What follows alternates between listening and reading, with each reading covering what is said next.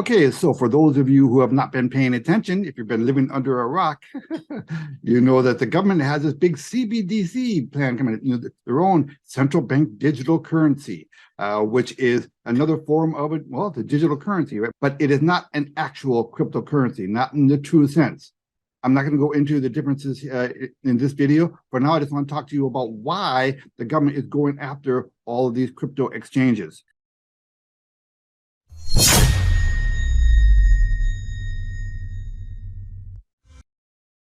So when the government does introduce their CBDC, they don't want any competition. So they've been making a concerted effort to go after the crypto exchanges. I think they've realized that it's a little too complicated, a little too difficult to go after the cryptocurrencies themselves, Bitcoin, Ethereum, you name it. So rather than going after the particular cryptocurrencies, they're going after the exchanges that we need in order to access our cryptos. I believe they even have a name for it. I believe it's called Operation Choke Point. So they figured, why bother going after the currencies themselves when we can just go after the on-ramps and off-ramps? And this effort is now accelerating. The closer they get to the launch of their own CBDC, the more they're going to go after these exchanges. So there was an article today out of Zero Hedge that I wanted to show you. Real intent here appears to be to make headline. Binance response to SEC, Bitcoin extends losses. We are disappointed that the U.S. Securities and Exchange Commission chose to file a complaint today against Binance, seeking, amongst other remedies, purported emergency relief. From the start, we have actively cooperated with the SEC's investigation and have worked hard to answer their questions and address their concerns. Most recently, we have engaged in extensive good faith discussions to reach a negotiated settlement to resolve the investigation. But despite our efforts, with this complaint today, the SEC abandoned that process and instead chose to act unilaterally and litigate. We are disheartened by that choice. And if we go to the actual official Binance blog, here is their statement. But let me summarize it for you. Let me get to the chase here and save you some time. Okay, first of all, I want you to know I'm not a particular fan of Binance. Listen, I think this is kind of a CCP outfit, really. They've got the Chinese ties and all the rest of it. But Binance is the largest crypto exchange in the world today.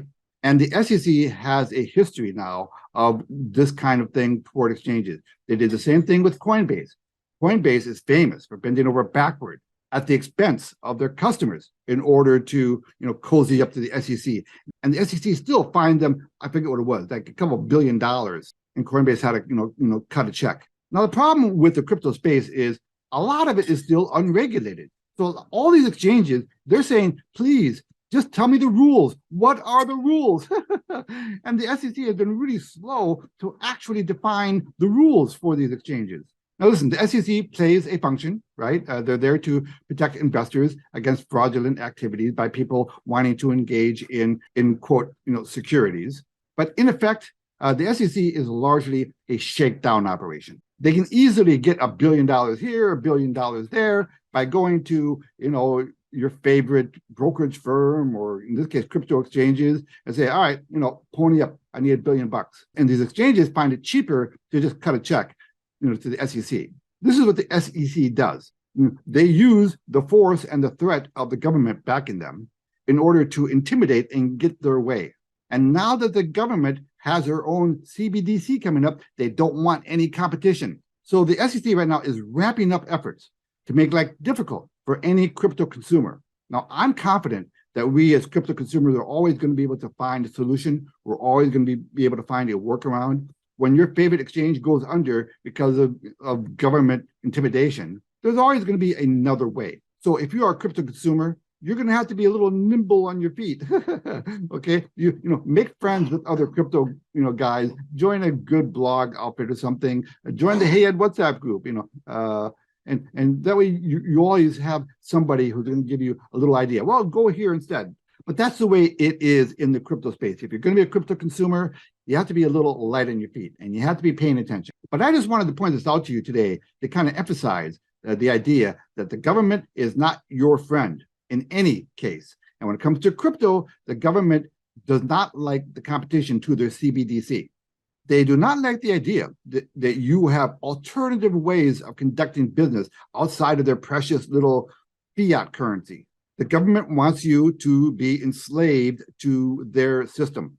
So if you're a freedom-loving person, you do want to know about cryptos, and you just need to stay on top of it, right? You just have to pay attention and learn some of the tricks. Okay, so this is what Bitcoin has done over the past about 12 hours when this news came out about the SEC suing Binance. Now, these news events can have short-term effects, and Bitcoin might continue its run again tomorrow, as far as I know. But the overall feeling right now in the crypto space is that the government is out to get it. So if you're sophisticated and if you want to spend some time, there are always going to be some good opportunities in there. But this space as a whole, it's out of favor by the institutional investors. So if you're going to go into the crypto space, you have to be far more discerning than you were a few years ago. Okay, so that's my little report for the day. Copy that.